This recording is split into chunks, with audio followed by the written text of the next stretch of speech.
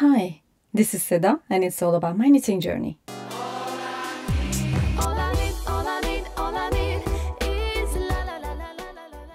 Today I have a lot to talk about. I have 2 finished objects, 3 works in progress and some acquisitions. So the first finished object is the one that I'm wearing right now, which is the Rivendell Pullover by Sari Nordlund.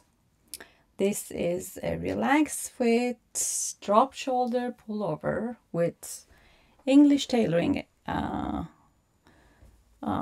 You start knitting at the back and you make some increases, and then you put the stitches on hold to pick up stitches for the fronts, and then you join the fronts and the back at the underarms. The pattern calls for 3.5 use 4mm needles with a gauge of 18 stitches and 31 rows with a single strand of DK weight yarn. But I was knitting it with a fingering weight yarn, which is a superwash merino. Of course I wasn't able to hit the gauge, so I held it double with Knitting for Olive Silk Mohair, and I still wasn't able to hit the gauge, so I knitted it with 4mm needles, US 6. I knitted it in size 2, which has an intended bust circumference of 105, approximately 41 inches.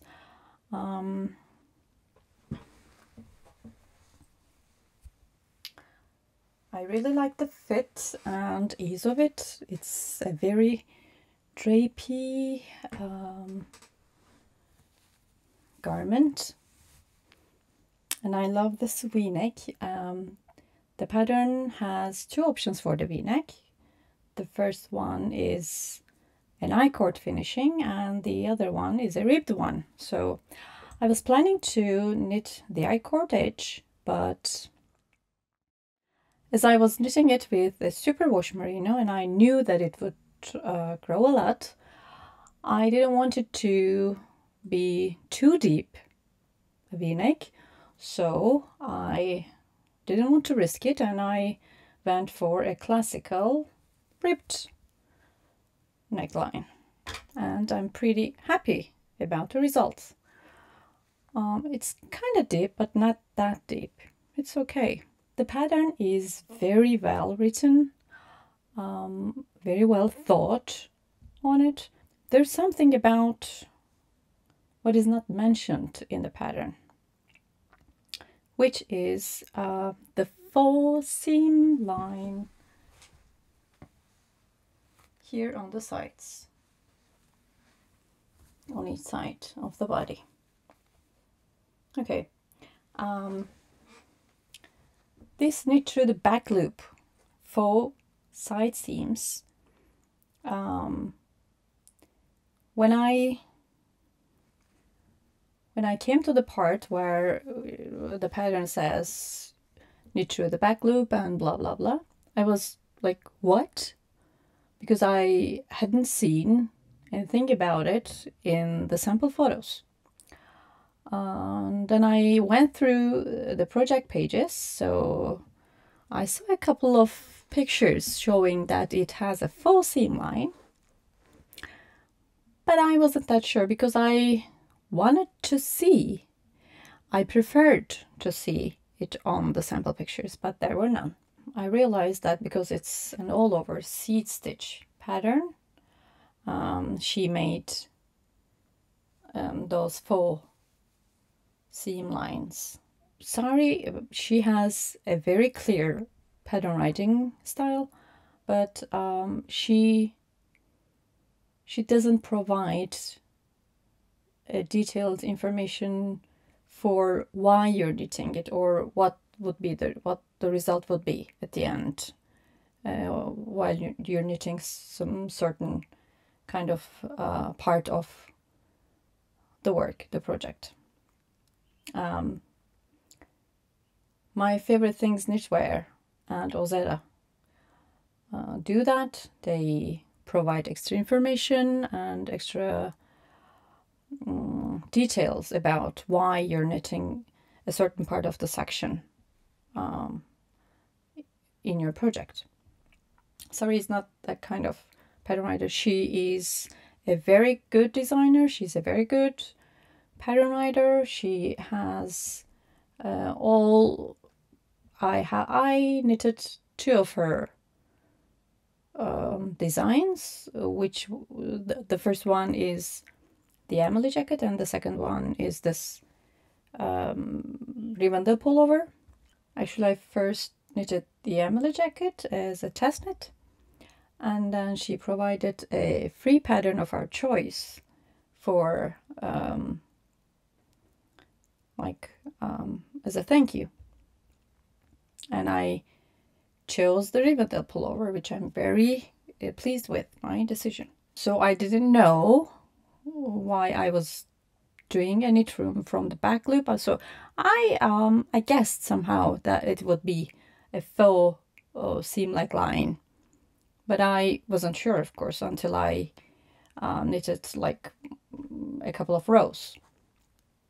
But this design is really intricate, really intricately designed and written, because like when you finish the v-neck,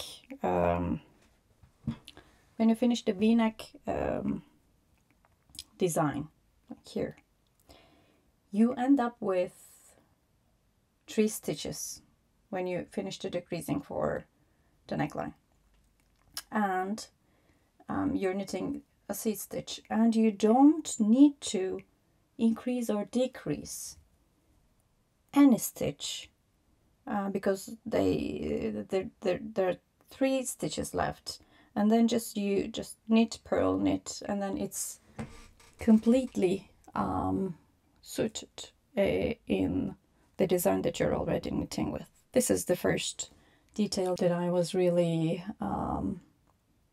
amazed by.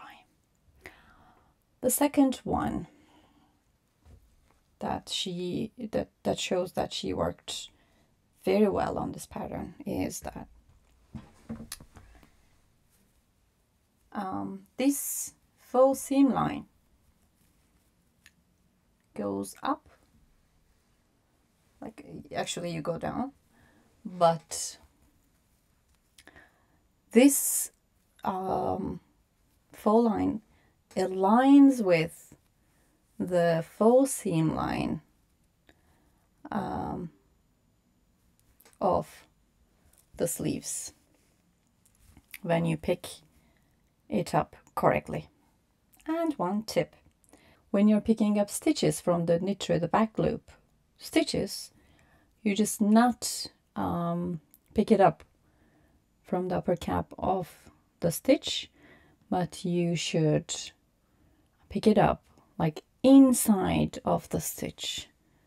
If I can show you how.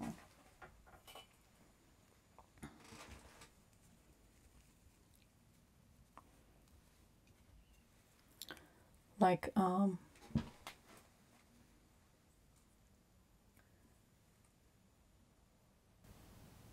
this is where you collect the stitches, right? Here. Right here.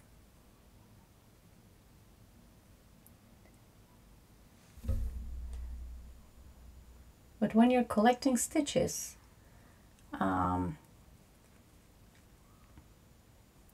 from a stitch that knitted from through the back loop, you just don't collect this cap, this V, but instead you go in to the stitch and pick it up through that stitch.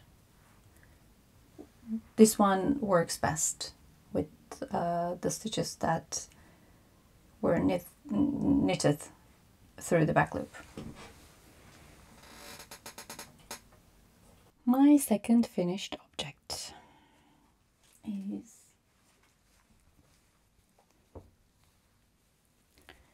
The stripe pipe sweater! Yay! I have a stripe pipe sweater.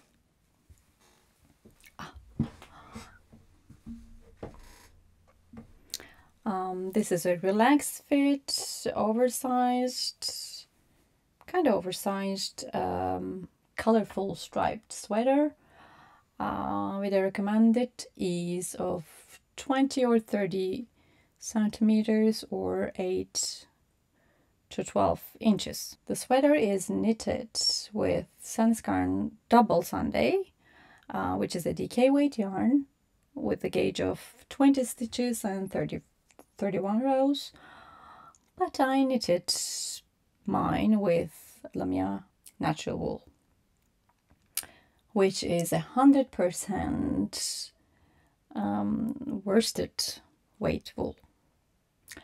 So my gauge was 19 stitches by 29 rows, so I had a larger gauge. I have a bust circumference of 83 centimeters, which is 25.5 inches, which is closer to Veronika's. She has 87 centimeters bust circumference. So I was planning to knit size M as she did in her sample. As I had a larger gauge, I decided to size down and knitted size S instead. And I'm happy about the result. This is I can say a beginner-friendly pattern.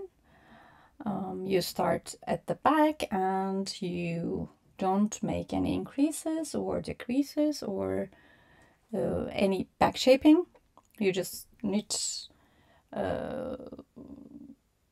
certain rows and then you put the stitches on hold, and then you pick up the stitches for the fronts, and then you join them in the front, and then you knit until the underarms, and you join everything, and then you knit in the round and pick up and knit the sleeves like most of the patterns do.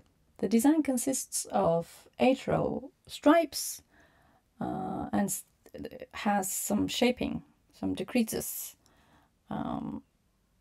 under the body before the hem. And the decreases in the sleeves are designed when you change color, so you don't need to count the decrease rows. So that's maybe the best part of the design. It has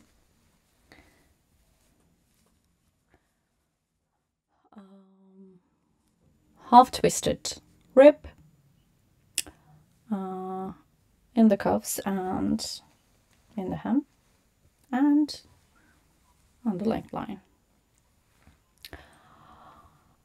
My failures about this sweater are: the first one, I used the base color is Lamia natural wool, and the others are as well, but when I first wanted to knit this sweater, I was going to use some different yarns for various colors. Like I was not going to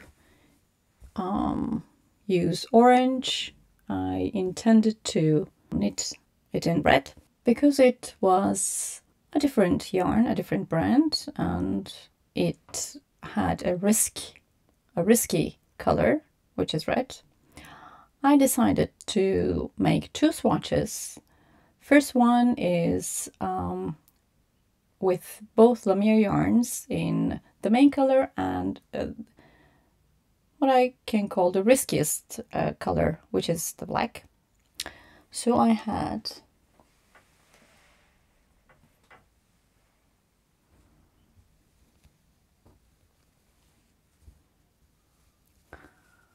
this swatch with Lamia yarns and another swatch just to see how they go together. And they were both fine. I didn't have any color bleeding issues and the gauge was okay. And I decided to go for Lamia and Etrofil Blue Sister.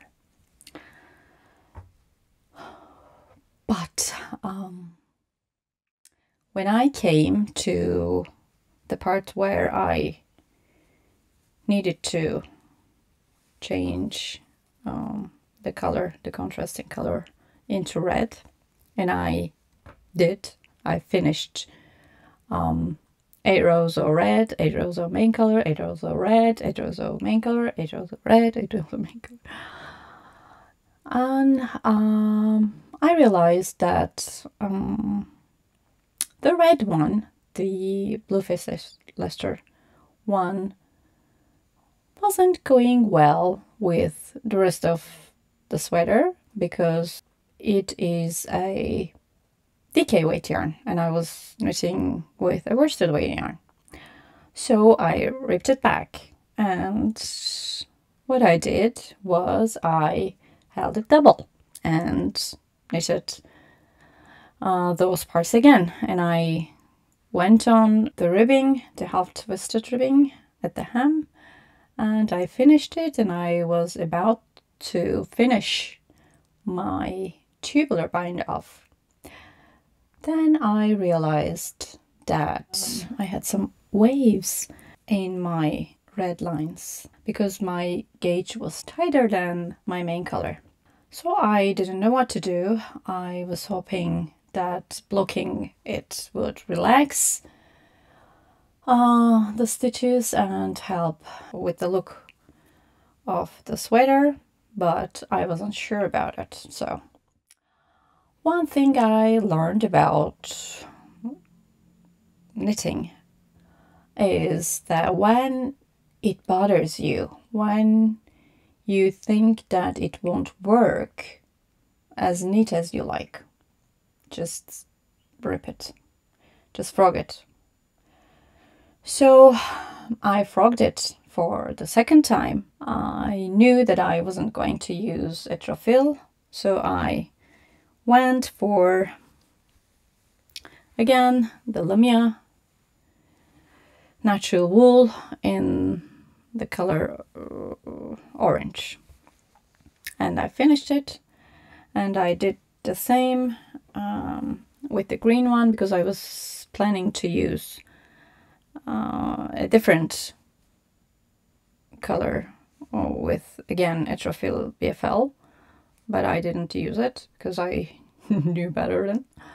And when I finished everything and I was ready to block my sweater, I had some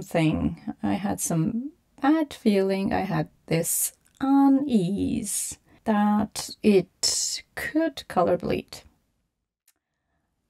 Now I knew I did my swatch and I didn't have any issues with the black, and I was worried about the red, so I did another swatch and blocked it to check if there would be any color bleeding. But that was another yarn, another brand. It wasn't Lamia Natural Wool. But I didn't re-swatch with the orange one or the green one because I already did it with the black one, so I was kind of hoping that there wouldn't be any issues of color bleeding. But there were.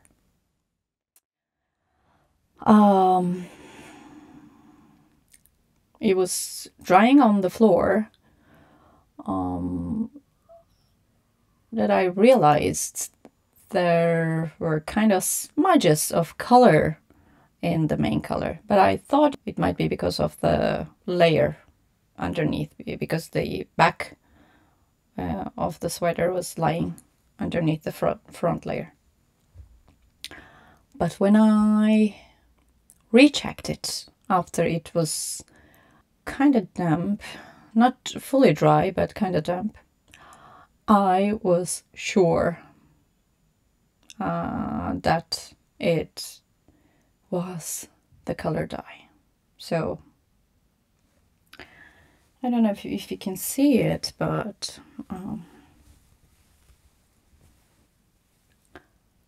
here, yeah, this could be seen. Here are the oranges, and I had same issues with the green one, if you could see it. I'm not sure. But I will wear it. I'm gonna wear it because I still like it. I love it. But that was very disappointing and depressing. While I was knitting the stripes, I was considering about the yarn tails because there would be a lot. So I decided to carry my yarn tails when I was knitting flat and knitting in the round. When I was knitting flat, it was okay. But when I started knitting in the round, it became kind of harder because the yarn was in the center, like in the beginning of the row, going straight up. Especially when the color is a dark color, it was kind of visible. So what I came up with, another tip, was I moved the yarn. I didn't want it to go up in a straight line. So I made it move in zigzags. So I crossed it like a couple of stitches after the starting point, and then back, and then I again moved it before the ending point, and then yeah, I think you got it. So when it made a zigzag shape, because it wasn't in a straight line, it wasn't so obvious, and it was quite unnoticeable with the color, with the yarn. So that was a success that I learned, or I came up with by myself. So yay! I hope that would be useful for you too when you're knitting stripes in the round. So I have 3 works in progress. The first one is the Kilometre Scarf, which is a free pattern by Florence Miller.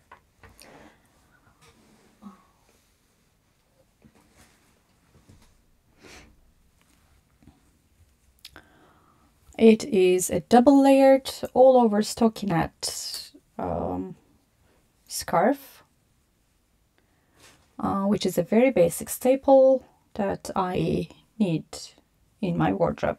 So this is how I got so far.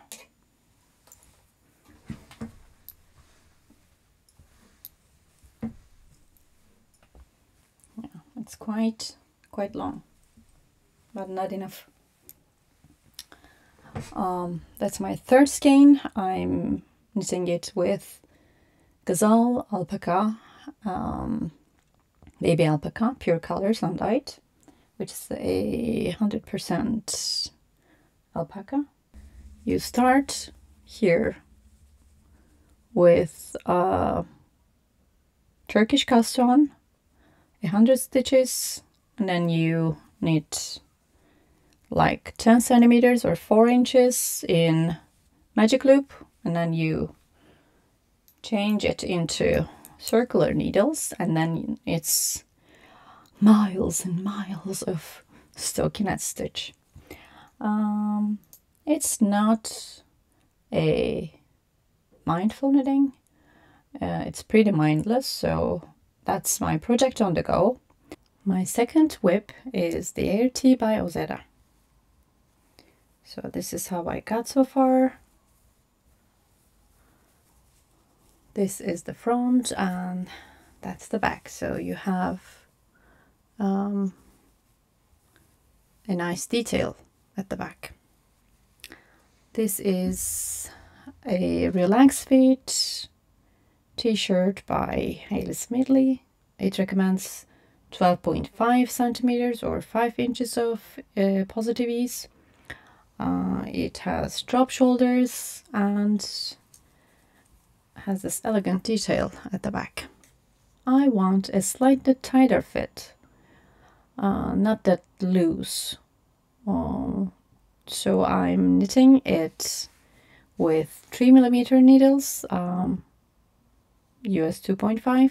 The pattern calls for a 3.5 millimeter needles, US 4. And I'm knitting it with bamboo needles because bamboo needles have a tighter gauge. It allows you to have a tighter gauge. This is what I want with the merino corn that I'm knitting it with.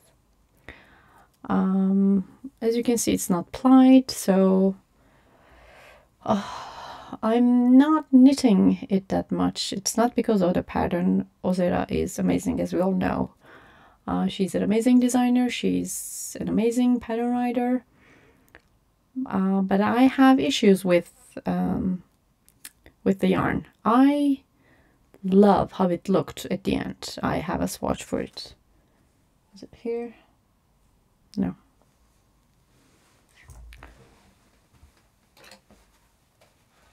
Yeah, here. I love how it looks after blocking. Okay. But I don't like my stitch definition. And I have some issues like rowing out. So that's not a project I really knit a lot. That's why I started it like a month ago, and I started my stripe pipe sweater after I started the ART, and I finished my stripe pipe sweater, and I'm still halfway through my ART. I'm hoping that I could finish it in a couple of weeks, and I hope I will like the result. My third and last, I think I need a little more light.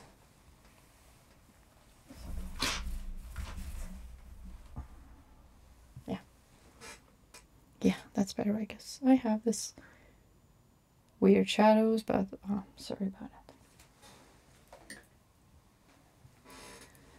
it. My third and last whip is The Little Lamb. Yes, I'm knitting an animal. By Diana Putskin. And I'm using DPNs. Okay. I'm so knitspired by Swenja Knits here on YouTube. She was displaying her little lambs that she knitted on her latest podcast, which I will be linking down below. And they looked so cute, and I just bought the pattern on Etsy just as I was watching her podcast. So I was so knit-fluenced by her. This pattern calls for 2.5 US 1.5 DPNs. I had some boucle yarn from the Emily jacket that I knitted by Sir Nordlund. It was a test knit. So I'm using the boucle yarn on the alpaca merino by Rowan. I can't wait to have lambs, knitted lambs. They would be so cute. They will be so cute, and I don't have any fillings. Now let's go on to acquisitions. This is Atrophy Blueface Lesser. It is natural undyed version. It's Leicester wool, pure British Blueface Leicester wool, from a Turkish brand called Atrophy. I am so grateful for Atrophy that they provide such a yarn here in Turkey, because it's really hard to find even non-superwash merino here in Turkey, and they provide a Blueface Leicester wool for such a reasonable price, so I'm very grateful for them. This undyed version, pure color, it was unavailable for like a couple of months, maybe a year, like close to a year. I was waiting for the notification email to buy some, and when it finally came, the email, I bought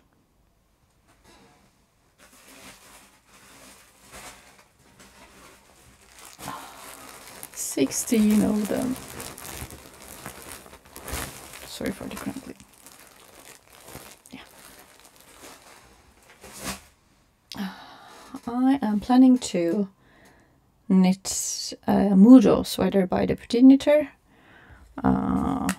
which I will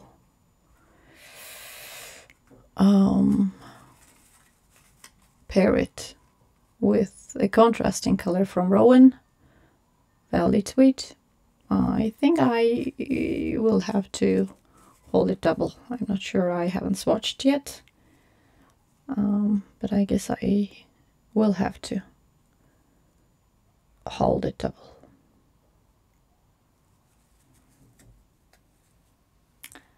And I have some Rowan cotton cashmere. I have yarns.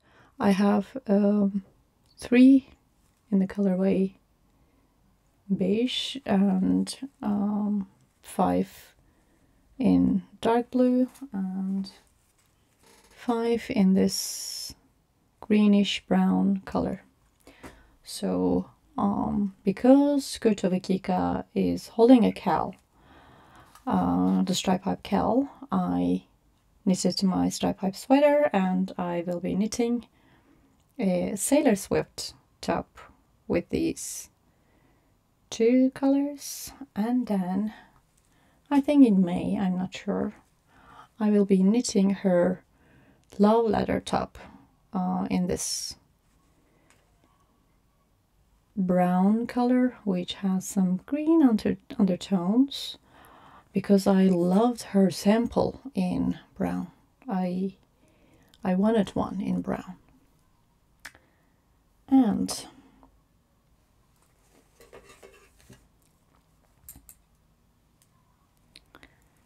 one thing I learned from all of my hobbies, and I have had many, like writing, other than knitting and crocheting, of course, writing, script writing, short story writing, an attempt to book writing, and nail art, photography, making short films. I know now that good quality tools make things easier. So I was eyeing on two things for some time. The first one is a set of DPNs, which this is my first time of using DPNs. I bought a set of DPNs from Knitspro. If I can remove it. Sorry for the sound. Yeah, that's the set. It has needles from 2.5 millimeters to 5 millimeters.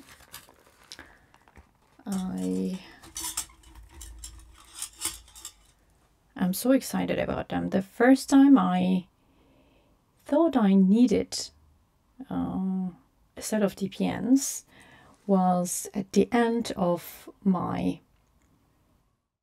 Oslo hat, because it called for DPNs or magic loop, and I wasn't comfortable with the magic loop, and I was wondering if it would be any better, any more comfortable way if I used DPNs.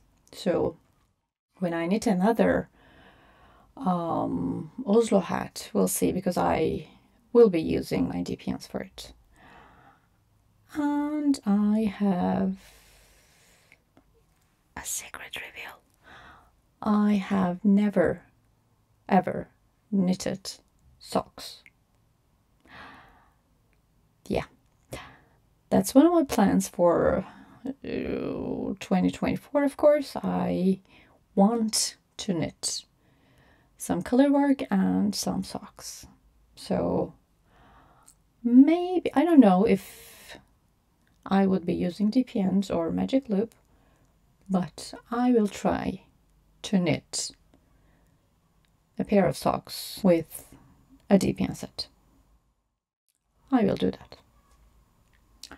And another tool that made my life, made my knitting experience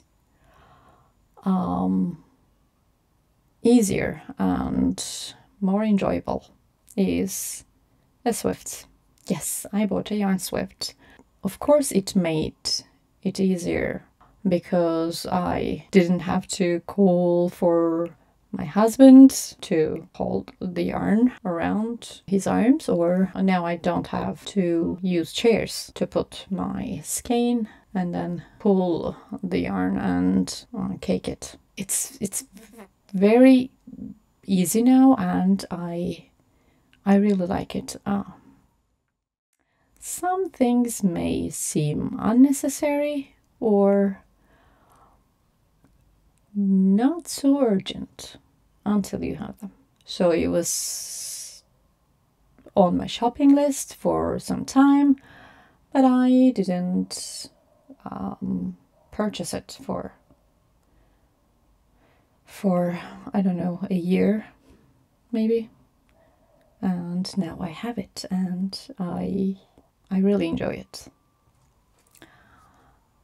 I don't know if I have anything more to say. I don't think that I have. Thank you for watching, and thank you for taking this journey with me. I hope you have a great month, and I'll see you in my next video. Happy knitting! Bye!